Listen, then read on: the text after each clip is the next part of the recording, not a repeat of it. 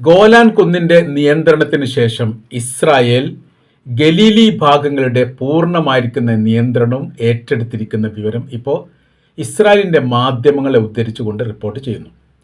ഇനി ഗലീലി പ്രദേശവുമായിട്ട് ബന്ധപ്പെട്ട ഭാഗത്തിന് മറ്റൊരാൾക്കും അധികാരമില്ലാത്ത തരത്തിലാണ് ഇസ്രായേൽ പിടിച്ചെടുക്കൽ നടത്തിയത്. അതിൻ്റെ കാര്യം എന്ന് പറയുന്നത് ഇസ്രായേൽ സാമ്രാജ്യം രൂപീകരിക്കുന്നതിൻ്റെ ആദ്യാദ്യ ഘട്ടത്തിലുള്ള പ്രവർത്തനങ്ങൾ ഏറെക്കുറെ ആരംഭിച്ചിരിക്കുന്നു എന്നാണ് ഈ വിഷയവുമായിട്ട് ബന്ധപ്പെട്ട് മനസ്സിലാക്കാൻ പറ്റുന്നത്. ഗലീലിയുടെ ഭാഗം എന്ന് പറഞ്ഞാൽ 3 മതവിശ്വാസികൾക്കും വളരെ പ്രധാനപ്പെട്ടതാണ്. അതിൻ്റെ പശ്ചിമ ഭാഗങ്ങൾ, ഗോലാൻ കുന്നിൻ്റെ പശ്ചിമ ഭാഗത്ത് അപ്പർ ലോവർ എന്ന് പറഞ്ഞിട്ടാണ് ഈ ഗലീലിയുടെ ഭാഗങ്ങളുള്ളത്. അതിപ്പോൾ ഇസ്രായേലിൻ്റെ നിയന്ത്രണത്തിലായി. പശ്ചിമ കിഴക്ക് സീ ഓഫ് ഗലീലി എന്ന് പറയുന്ന ഭാഗങ്ങൾ ഇപ്പോൾ ഇസ്രായേലിൻ്റെ കൈവശത്തിലാണ്. കിഴക്ക് ഗോലാൻ കുന്നിൻ്റെ സർവ്വ മേഖലയും പിടിച്ചെടുത്തതോടുകൂടി ഈ ഭാഗങ്ങളും കൂടി യഥാർത്ഥത്തിൽ കൂട്ടിച്ചേർക്കപ്പെട്ട തരത്തിലാണ് നിലനിൽക്കുന്നത് എന്നുള്ളതാണ്. ഇസ്രായേലിൻ്റെ വടക്ക് പ്രദേശം മുതൽ ജോർദാൻ്റെ നദി വരെയാണ് ഏറെക്കുറെ ഈ ഗോലാൻ കുന്നിൻ്റെ ഭാഗമായിട്ടുള്ള ഗലീലി പ്രദേശമായിട്ട് കണക്കാക്കുന്നത്. ഏകദേശം 45 മുതൽ 50 കിലോമീറ്ററാണ് ദൂരപരിധി ഇതിനുള്ളത്. ഇതിൻ്റെ എല്ലാത്തിൻ്റെയും നിയന്ത്രണം ഇപ്പോൾ ഏറെക്കുറെ ഇസ്രായേലിൻ്റെ കൈവശത്തിലേക്ക് വന്നിരിക്കുന്നു എന്നുള്ളതാണ്. ഗോലാൻ കുന്നിൻ്റെ ഈ ഗോലാൻ കുന്നാണ് ആദ്യഘട്ടത്തിൽ അവർ പിടിച്ചെടുത്തത്. ഗോലാൻ കുന്ന് പിടിച്ചെടുക്കുന്ന സമയത്താണ് യഥാർത്ഥത്തിൽ ഈ ഗലീലി പട്ടണം കൂടി പൂർണ്ണമായിട്ട് ഉൾക്കൊള്ളാൻ പറ്റുന്ന രീതിയിലാക്കാൻ വേണ്ടി സാധിക്കുക. ഗോലാൻ കുന്ന് UN നിയന്ത്രണത്തിലുള്ള പ്രദേശങ്ങൾ ഏറെക്കുറെ അവർ UN സൈനികർ അപ്രത്യക്ഷരായി. അതിൻ്റെ നിയന്ത്രണം ഇസ്രായേൽ ഏറ്റെടുത്തു. 3 തരത്തിലാണ് ഗോലാൻ കുന്നുള്ളത്. രണ്ടാമത്തെ ഭാഗം എന്ന് പറഞ്ഞാൽ സിറിയയുടെ ഭാഗമാണ്. സിറിയയിലെ ഭാഗത്ത് സിറിയയിൽ ഭരണം അട്ടിമറിഞ്ഞതോടുകൂടിയും ഭരണാധികാരിയായിരിക്കുന്ന അസദ് രാജ്യം വിട്ടുപോയതോടുകൂടിയും ഇവിടെ സൈനികമായിരിക്കുന്ന നിയന്ത്രണം സിറിയയുടേത് ഇല്ലാതായി. ആ എളുപ്പത്തിൽ ആ അവസരം നോക്കിയിട്ട് ഇസ്രായേൽ സൈന്യം ഇടിച്ചു കയറി സിറിയയുടെ കൈവശത്തിലുള്ള ഗോലാൻ കുന്നിൻ്റെ പ്രദേശം കൂടി പിടിച്ചെടുക്കപ്പെട്ടു. ഒരു ഭാഗമുള്ള ഇസ്രായേലിൻ്റെ കൈവശത്തിലാണ്, അത് പിന്നെ ഓൾറെഡി അവരുടെ കൈവശത്തിലുമാണ്. അപ്പോൾ 3 ഭാഗങ്ങളും യഥാർത്ഥത്തിൽ ഇപ്പോൾ ഇസ്രായേലിൻ്റെ കൈവശത്തിലാണ്. ഇതിൻ്റെ പ്രത്യേകത എന്ന് പറയുന്നത് ഉയരമുള്ള സ്ഥലമായതുകൊണ്ട് മറ്റുള്ള തായ്വാരത്തിലുള്ള രാജ്യത്തിലെ കാര്യ വിഷയങ്ങളൊക്കെ നിയന്ത്രിക്കാനും നിരീക്ഷിക്കാനും സാധിക്കുമെന്നുള്ളതും പച്ചപ്പുള്ളതും അതേപോലെ തന്നെ വെള്ളം നിരന്തരം കിട്ടുന്നതുമായിരിക്കുന്ന ഒരു അനുഗ്രഹീത മേഖലയായിട്ടാണ് ഗോലാൻ കുന്നിനെ അറിയപ്പെടുന്നത്. ആ 3 പ്രദേശവും ഇപ്പോൾ ഇസ്രായേലിൻ്റെ കൈവശത്തിലാണ്. ഗോലാൻ കുന്നിനോട് ചേർന്നുള്ള ഗലീലി ഭാഗവും പിടിച്ചെടുത്തു എന്നുള്ള റിപ്പോർട്ട് ആരെയും അമ്പരപ്പിക്കുന്നത് തന്നെയാണ്. ക്രിസ്തുമത വിശ്വാസികളെ സംബന്ധിച്ചിടത്തോളം ഇതിന് വലിയ രീതിയിലുള്ള പ്രാധാന്യം അവർ കണക്കാക്കുന്നു. മുസ്ലിം മതവിശ്വാസികളും കണക്കാക്കുന്നു. ജൂത വിഭാഗത്തെ സംബന്ധിച്ചിടത്തോളം അവരുടെ തന്നെയാണ് എന്ന തരത്തിലുള്ള അവകാശം അവർ പറയുന്നു. അതിന് ഇങ്ങനെയാണ് അത് ജൂത വിഭാഗത്തിൻ്റെ ലിസ്റ്റിൽ വരുന്നത്. സെക്കൻഡ് ടെമ്പിൾ നശിച്ചതിന് ശേഷം ജൂത മത പരിവർത്തനവുമായി ബന്ധപ്പെട്ട പഠന കേന്ദ്രങ്ങൾ ഗലീലിലേക്ക് മാറ്റി. അവിടെ മതപ്രബോധനവും മതപ്രചാരണവും അതോടൊപ്പം തന്നെ മതവിശ്വാസികളെ ക്ലാസ് എടുക്കുന്നതുമായിട്ട് ബന്ധപ്പെട്ട എല്ലാ ജൂത മതവിശ്വാസത്തിൻ്റെ ഹബ്ബായിട്ട് ഈ പറയപ്പെട്ട ഗലീലി പട്ടണം പ്രവർത്തിച്ചു. ഇപ്പോഴും അവിടെ ജൂത റബ്ബിമാർ മതപരിവർത്തനം മതപ്രബോധനം ചെയ്യുന്നവരുടെ ഒരു സെൻട്രൽ ഹെഡായിട്ട് തന്നെ പ്രവർത്തിക്കുന്നു എന്നാണ് അവിടുത്തെ റിപ്പോർട്ടുകളൊക്കെ സൂചിപ്പിക്കുന്നത്. എന്നാൽ ചില ഭാഗങ്ങൾ അത് ഈ ഗോലാൻ കുന്നിനോട് ചേർന്ന് അത് സിറിയയുടെ ഭാഗമായിട്ട് ഉണ്ട്. ആ ഭാഗം കൂടി ഇപ്പോൾ പിടിച്ചെടുക്കപ്പെട്ടിരിക്കുന്നു എന്നുള്ളതാണ് അറിയാൻ വേണ്ടി സാധിക്കുന്നത്. ക്രിസ്തുമത വിശ്വാസികളെ സംബന്ധിച്ചിടത്തോളം അവരുടെ ദൈവപുത്രനായിരിക്കുന്ന യേശു ക്രിസ്തു വെള്ളത്തിന്മേൽ നടന്നതും കാറ്റടിക്കതും ശുശ്രൂഷ നടത്തിയതും ശിഷ്യന്മാരുമായിട്ട് നേരിട്ട് കാര്യകാരണങ്ങളൊക്കെ വിശദീകരിച്ചതും വരാൻ പോകുന്ന ഭാവിയെക്കുറിച്ചും ജീവിത രീതിയെക്കുറിച്ചൊക്കെ പഠനം നടത്തുകയും പഠിപ്പിക്കുകയും മനസ്സിലാക്കുകയും ലോകത്തോട് സംസാരിക്കുകയും ചെയ്ത വളരെ പ്രധാനമുള്ളൊരു പ്രദേശമാണ് ക്രിസ്തുമത വിശ്വാസികളെ സംബന്ധിച്ചിടത്തോളം ഗലീലി പട്ടണം. അത് ഏറെക്കുറെ അവർക്ക് യാതൊരു അധികാരവും അവകാശവും ഇല്ലാത്ത, അതായത് ക്രിസ്ത്യാനികൾക്ക് അധികാരവും അവകാശവും ഇല്ലാത്ത തരത്തിൽ അത് പൂർണ്ണമായിട്ട് നിയന്ത്രണം ജൂതന്മാരുടെ കയ്യിലേക്ക് എത്തിയിരിക്കുന്നു എന്ന് ചുരുക്കം. എന്നാൽ ഏതെങ്കിലും ക്രിസ്തുമത വിശ്വാസത്തിൽപ്പെട്ടവർ അതേക്കുറിച്ച് പരാതി ഉണ്ടോ? പരാതിയില്ല എന്നുള്ളതാണ് അതിൻ്റെ ഏറ്റവും വലിയ പ്രത്യേകത. ഏതെങ്കിലും ജോൺ ബോൾ മാപ്പാപ്പമാരിങ്ങനെ മാറി മാറി വരുന്ന സമയത്ത് ഈ പ്രദേശം ക്രിസ്ത്യാനികൾ കൂടി അവകാശപ്പെട്ടതാണ്, അത് ഞങ്ങൾക്ക് വിട്ടുതരണം, അതല്ലെങ്കിൽ 3 മതവിശ്വാസികൾക്കും സ്വതന്ത്രമായ രീതിയിൽ പ്രവർത്തിക്കാനുള്ള ഒരു രീതിയിലേക്ക് മാറ്റണം എന്ന് ഇതുവരെ ആരും പറഞ്ഞിട്ടില്ല. അമേരിക്ക ഇപ്പോൾ ക്രിസ്ത്യ രാജ്യമാണ്, ബ്രിട്ടൻ ക്രിസ്ത്യ രാജ്യമാണ്, ഫ്രാൻസ് ക്രിസ്ത്യ രാജ്യമാണ്. അവരൊന്നും ഇത് അവകാശം പറയുക അതുമായിട്ട് ബന്ധപ്പെട്ട യാതൊരു കാര്യം നടത്താറില്ല എന്നൊരു പ്രത്യേകത ഈ വിഷയവുമായിട്ട് ബന്ധപ്പെട്ട് നിലനിൽക്കുന്നു. ഇസ്ലാമിക വിശ്വാസികളെ സംബന്ധിച്ചിടത്തോളം പ്രമുഖ ഇസ്ലാമിക ചരിത്ര നഗരമായിട്ടാണ് ഗലീലി പട്ടണത്തെ വിശ്വസിക്കുന്നത്. പ്രവാചകരുടെ ഖബറുകൾ ഈ മേഖലയിൽ സ്ഥിതി ചെയ്യുന്നു. ഏറ്റവും വിശുദ്ധമായിരിക്കുന്ന പല സംഭവ വികാസങ്ങൾക്കും ഇസ്ലാമിക ചരിത്രത്തിൽ സാക്ഷ്യം വഹിക്കപ്പെട്ട പ്രദേശമാണ് ഗോലാൻ കുന്ന് എന്ന് പറയുന്നതും അതോടൊപ്പം തന്നെ ഈ പറയപ്പെട്ട ഗലീലി പട്ടണവും. ഈ പ്രദേശമാണ് പൂർണ്ണമായിട്ടും ജൂതന്മാരുടെ കയ്യിലേക്ക് എത്തിയിരിക്കുന്നത് എന്ന് പറയുന്നത്. പിന്നീട് അവിടെ മറ്റൊരു വിഭാഗം ദ്രൂസ് എന്ന് പറയുന്ന ഒരു വിഭാഗമുണ്ട്.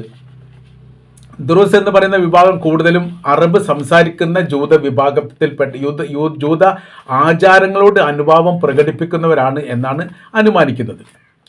അവരുടെ ഈ ആത്മീയ കേന്ദ്രങ്ങളും ജൂത റബ്ബിമാരുടെ മതപ്രബോധനവുമായി ബന്ധപ്പെട്ട് സഹകരിക്കുന്ന ഏരിയകളെല്ലാം ഈ പറയപ്പെട്ട ഈ പ്രദേശത്താണ്. ഗോലാൻ കുന്നിൻ്റെ തായ്വാരത്ത് സ്ഥിതി ചെയ്യുന്ന ഗലീലി പട്ടണത്തിലാണ്.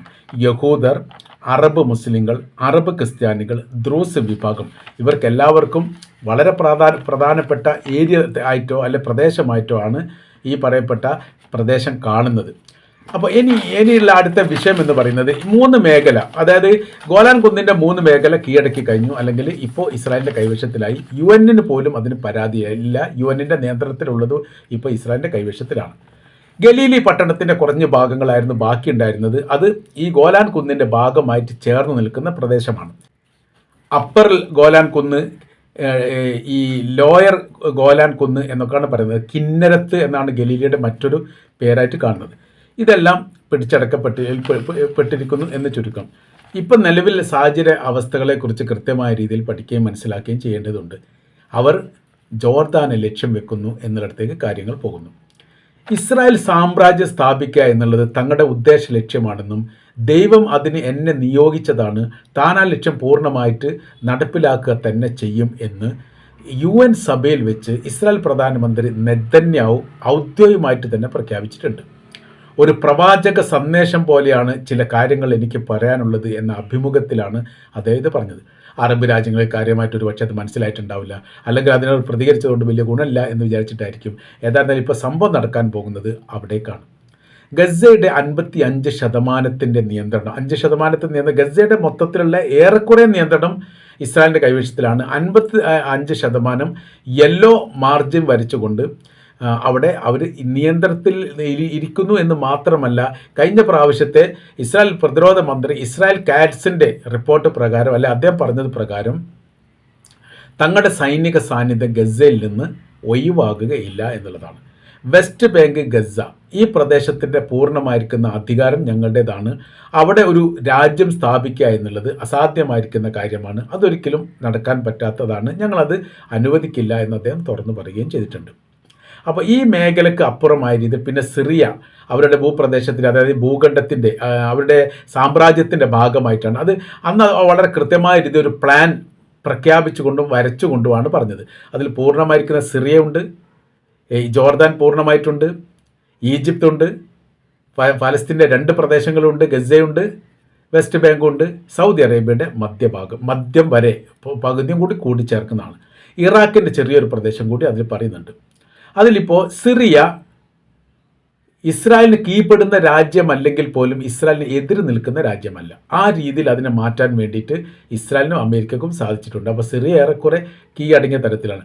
ഇസ്രായേൽ എന്ന് പറയുന്ന രാജ്യം സൈനികമായ രീതിയിൽ ആകാശത്തും കടലിലും കരയിലും ഒരേ സമയത്ത് അക്രമം നടത്തിക്കൊണ്ട് ഇസ്രായേലിന് നേരെ ഒരു യുദ്ധപ്രഖ്യാപനം നടത്തിയാൽ ആയുധം വെച്ച് കീഴടങ്ങുക അല്ലാതെ മറ്റൊരു വഴിയും ഇപ്പോഴത്തെ നിലവിലെ സിറിയയുടെ പ്രസിഡന്റിനില്ല.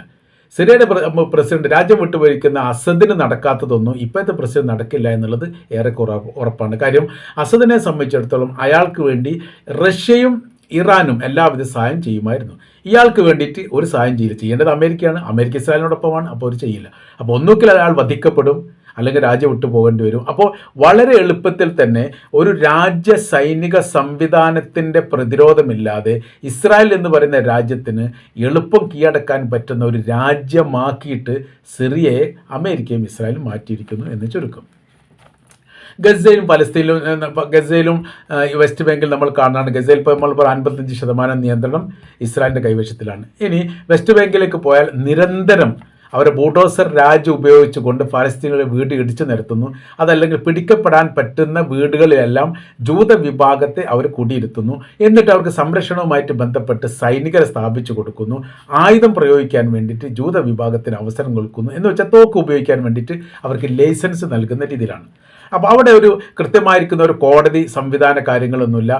വെസ്റ്റ് ബാങ്കിൻ്റെ അകത്ത് ഒരു വിഷയം നടന്നിട്ടാണെങ്കിൽ വിചാരണയുമായിട്ട് ബന്ധപ്പെട്ട കാര്യം ഇസ്രായേലിലാണ് ചെയ്യുക. കോടതിയും പോലീസ് സ്റ്റേഷനും നിയമ സംവിധാനങ്ങളൊക്കെ എല്ലാം ഉള്ളത് യഥാർത്ഥത്തിൽ ഇസ്രായേലാണ് എന്ന് ചുരുക്കം. ആ രീതിയിലാണ് വെസ്റ്റ് ബാങ്ക് നീങ്ങുന്നത്. അപ്പോൾ വെസ്റ്റ് ബാങ്കിനെ സംബന്ധിച്ചിടത്തോളം അങ്ങനെ. പിന്നീടുള്ള ജോർദാനാണ്. ജോർദാനെ സംബന്ധിച്ചിടത്തോളം ഈ നടന്നിരിക്കുന്ന യുദ്ധങ്ങൾ എന്ന് പറഞ്ഞാൽ കാര്യമായിട്ട് യുദ്ധം നടന്നത് ഇറാൻ്റെ ഇസ്രായേൽ ആക്രമണവുമായിട്ട് ബന്ധപ്പെട്ടാണ്. 3 ഘട്ടങ്ങളിൽ ആ യുദ്ധം നടന്നു. ആദ്യം മിസൈൽ വിട്ട് നമുക്കറിയാം 300 മിസൈലുകൾ വിട്ടു. ഇതിൽ 100 മിസൈൽ അല്ലെങ്കിൽ 100 കൂടുതൽ മിസൈൽ പ്രതിരോധിച്ചത് ജോർദാൻ്റെ അതിർത്തിയുമായിട്ട് ബന്ധപ്പെട്ടാണ്. എന്ന് വെച്ചാൽ ജോർദാനിലുള്ള അമേരിക്കയുടെയും ബ്രിട്ടൻ്റെയും പ്രതിരോധ സംവിധാനങ്ങൾ ഉപയോഗിച്ചുകൊണ്ട് ഇറാനിൽ നിന്ന് വന്ന മിസൈലിനെ പ്രതിരോധിച്ചു എന്ന് അന്ന് തന്നെ റിപ്പോർട്ടായിട്ട് പുറത്തു വന്നതാണ്. അപ്പോൾ ആരുടെ കൂടെയാണ്? അമേരിക്കയുടെ ഇസ്രായേലിൻ്റെ കൂടെയാണ് എന്നുള്ള ഉറപ്പാണ്. അവസാന ഘട്ടത്തിൽ പറഞ്ഞു, അവസാന ഘട്ടത്തിൽ 12 ദിവസം നീണ്ടുനിന്ന യുദ്ധം. ഈ 12 ദിവസം നീണ്ടുനിന്ന യുദ്ധത്തിൽ ഇറാനിൽ നിന്ന് ഖത്തറിലേക്ക് നടത്തിയ ആക്രമണം പോലും സൗദി അറേബ്യയുടെയും ജോർദാൻ്റെയും അതിർത്തിയിൽ വെച്ച് പൊട്ടിത്തെറിച്ചിട്ടുണ്ട്. അതിൽ പ്രതിരോധം ഉണ്ടാക്കിയിട്ടുണ്ട് എന്നുള്ളത് അത് കൃത്യമായിരിക്കുന്ന അതിൻ്റെ വിവരം ഇപ്പോഴും പുറത്തു വന്നിട്ടില്ല. അവിടെയും ഒരു പ്രതിരോധം ഉണ്ടാക്കിയിട്ടുണ്ട് ജോർദാൻ എന്ന് പറയുന്നു. എന്ന് വെച്ചാൽ അവർ 100% ഇസ്രായേലിൻ്റെയും ജോർദാൻ്റെയും ഇസ്രായേലിൻ്റെയും അമേരിക്കയുടെയും ഒപ്പമാണ്. എന്നാൽ പരസ്യമായ രീതിയിൽ ഈ നിലപാട് പറയാത്തത്, അതായത് ഗസയിലെ പാലസ്തീനികളെ ജോർദാനിലേക്കും ഈജിപ്തിലേക്കും മാറ്റണം എന്ന് അമേരിക്കൻ പ്രസിഡന്റ് ഡൊണാൾഡ് ട്രംപ് പറഞ്ഞപ്പോൾ അതിനെ പ്രതിരോധിച്ചിട്ടുണ്ട് ജോർദാൻ്റെ രാജാവ്. അത് പ്രതിരോധിക്കാൻ വേണ്ടി ആ വിഷയം സംസാരിക്കാൻ വേണ്ടി ന്യൂയോർക്കിലേക്ക് അദ്ദേഹം പോവുകയും ചെയ്തിട്ടുണ്ട്. അതിന് അദ്ദേഹം പറഞ്ഞിരിക്കുന്ന കാര്യം അൽ ജസീറ പോലെയുള്ള പത്രങ്ങൾ അതിൻ്റെ ഒരു റിപ്പോർട്ട് പുറത്തുവിട്ടിരുന്നു. അത് ഔദ്യോഗികമായിട്ടല്ല എന്ന് അവർ പറയുകയും ചെയ്തിട്ടുണ്ട്. അവർ പറയുന്ന കാര്യം ഇങ്ങനെയാണ്: തങ്ങളുടെ രാജ്യത്ത് ആഭ്യന്തരമായിരിക്കുന്ന വിഷയങ്ങളും പ്രശ്നങ്ങളും ഉണ്ടാവാതിരിക്കാനും എനിക്ക് അവിടെ ഭരണ സംവിധാനത്തിൽ സ്ഥിരമായ രീതിയിൽ നിലനിൽക്കാനും വേണ്ടിയിട്ട് തങ്ങളുടെ രാജ്യത്തേക്ക് ഗസക്കാരെ ഫലസ്തീനികളെ മാറ്റുന്നതിൽ നിന്ന് നിങ്ങൾ ഞങ്ങളോട് സഹകരിക്കണം. മറ്റേതോ രാജ്യത്തേക്ക് മാറ്റുകയാണെങ്കിൽ അതിന് അനുബന്ധമായ രീതിയിലുള്ള സാമ്പത്തിക സഹായം മറ്റോ നൽകാൻ തയ്യാറാണ്. ഇങ്ങനെ ഒരു കരാർ വ്യവസ്ഥ ഉണ്ടാക്കിയിട്ടുണ്ട് എന്നുള്ളതാണ്. സമാനമായിരിക്കുന്ന അഭിപ്രായമാണ് ഈജിപ്തിൻ്റെ പ്രസിഡന്റും ഈ അമേരിക്കയുടെ പ്രസിഡന്റിനോട് പറഞ്ഞത്. അതുകൊണ്ട് അവർക്കത് ബോധ്യപ്പെട്ടു എന്ന് പറയുന്നത് അവിടെ ഒരു ഭരണമാറ്റം ഉണ്ടായാൽ ഒരു പക്ഷേ ഈ തീവ്ര ചിന്താഗതിക്കാരാണ് ഭരണ സംവിധാനത്തിലേക്ക് വരുന്നത് എങ്കിൽ അമേരിക്കയുടെ നയങ്ങളും നിലപാടുകളും അവിടെ സ്വീകരിക്കാതെ പോകും. അല്ലെങ്കിൽ ആ നയത്തിനെതിരെ ഒരു സർക്കാർ സംവിധാനം ഉണ്ടാവാൻ സാധ്യതയുണ്ട് എന്ന് മനസ്സിലാക്കിയ അമേരിക്കയെ സംബന്ധിച്ചിടത്തോളം അമേരിക്ക അതിന് സമ്മതം മൂളി. നിങ്ങളുടെ രാജ്യത്തേക്ക് ഞങ്ങൾ അയക്കുന്നില്ല എന്ന് പറയുകയും ചെയ്തു. അങ്ങനെ തന്നെയാണ് പിന്നീടുണ്ടായത്. അപ്പോൾ ജോർദാനെ കീഴടക്കുക എന്ന് പറഞ്ഞാൽ അത് നിർബന്ധമായിട്ടും ഇസ്രായേൽ വല്ലാതെ വൈകാതെ ചെയ്യാൻ സാധ്യതകളുണ്ട്. കാര്യം എന്ന് പറഞ്ഞാൽ വലിയ രീതിയിലുള്ള ചെറുത്തുനിൽപ്പ് അവിടെ ഉണ്ടാവില്ല. ഏറ്റവും വലിയ അമേരിക്കൻ ബേസ് ഉള്ള രാജ്യങ്ങളിലൊന്ന്, അമേരിക്കയുടെ എയർബേസും അതേപോലെ തന്നെ സൈനിക ബേസും ഉള്ള രാജ്യങ്ങളിലൊന്ന് ജോർദാനാണ്. ഈ യുദ്ധത്തോടനുബന്ധിച്ച് 2024 അതായത് കഴിഞ്ഞ വർഷം ഹിസ്ബുള്ള ഗ്രൂപ്പ് അല്ലെങ്കിൽ ഇറാൻ്റെ മിലിഷ്യ ഏതെങ്കിലും ഒരു വിഭാഗം ജോർദാനിലുള്ള അമേരിക്കയുടെ ബേസ് ആക്രമിച്ചിട്ട് 3 അമേരിക്കൻ സൈനികരെ കൊലപ്പെടുത്തി എന്ന റിപ്പോർട്ട് പുറത്തു വന്നിരുന്നു. അത് യഥാർത്ഥത്തിൽ അമേരിക്കയ്ക്ക് തന്നെ ഞെട്ടുണ്ടാക്കിയിരിക്കുന്ന കാര്യമാണ്. അത് വളരെ കൃത്യതയോടുകൂടിയും വളരെ സൂക്ഷ്മതയോടുകൂടി ആ പ്രവൃത്തി അവർക്ക് കൈവരിക്കാൻ വേണ്ടി സാധിച്ചു എന്നാണ് അന്ന് അടയാളപ്പെടുത്തിയിരിക്കുന്ന കാര്യം. അപ്പോൾ ഈ മേഖലയിൽ അതുകൊണ്ട് തിരിച്ചടിച്ച പിന്നെ ഇറാഖിലാണിത്. ഇറാഖിലുള്ള ഹിസ്ബുള്ള ഗ്രൂപ്പിൻ്റെ ഓഫീസ് സമുച്ചയത്തിന് നേരെ അവർ പിന്നീട് ബോംബിട്ടത്, അമേരിക്ക ബോംബിട്ടത് 15 ദിവസം കഴിഞ്ഞതിന് ശേഷമാണ്. എന്ത് ചെയ്യണം എന്ന് അറിയാതെ വല്ലാത്ത രീതിയിൽ കൺഫ്യൂഷനായി പോയി അമേരിക്ക എന്നാണ് അന്നത്തെ റിപ്പോർട്ടിൽ കാണാൻ വേണ്ടി സാധിക്കുന്നത്. നമ്മൾ പറഞ്ഞു വരുന്ന വിഷയം ഈ ഗലീലി നഗരം പൂർണ്ണമായ രീതിയിൽ ഇസ്രായേലിൻ്റെ കൈവശത്തിലേക്ക് വന്നിട്ടുണ്ടെങ്കിൽ ഭയപ്പെടേണ്ടതാണ്. ഗോലാൻ കുന്ന് പൂർണ്ണമായ രീതിയിൽ ഇസ്രായേലിൻ്റെ കൈവശത്തിലേക്ക് എത്തിയിട്ടുണ്ടെങ്കിൽ ഭയപ്പെടേണ്ടതാണ്. അത് ചരിത്രമായിരിക്കുന്ന വേദഗ്രന്ഥവുമായിട്ട് ബന്ധപ്പെട്ട് കിടക്കുന്നതാണ്. പിന്നീട് ഒഴുക്ക് എളുപ്പമാക്കാൻ ഇസ്രായേലിന് സാധിക്കും എന്നുള്ളതും ആ സാധ്യതയിലേക്കാണ് കാര്യങ്ങൾ നീങ്ങുന്നത് എന്നുമാണ് ഈ വിഷയവുമായിട്ട് ബന്ധപ്പെട്ട് നമ്മൾക്ക് മനസ്സിലാക്കാൻ വേണ്ടിയിട്ട് സാധിക്കുന്നത്.